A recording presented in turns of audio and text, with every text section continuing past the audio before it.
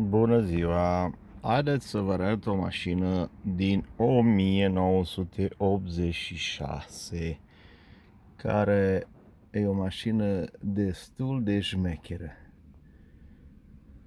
Nu a mai fost pornită de aproximativ 2 ani.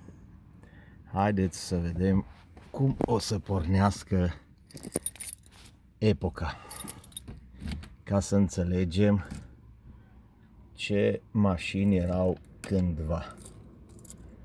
Uitați, s-a aprins lumina pe...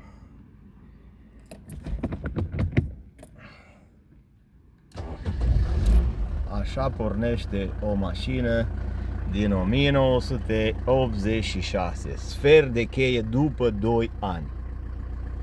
Auziți ce frumos sună motorașul la ea. Kilometri, uitați câți are. Deci se vede că e pe zero, că n-am mai umblat de mult cu ea. Asta este Mercedes 190D.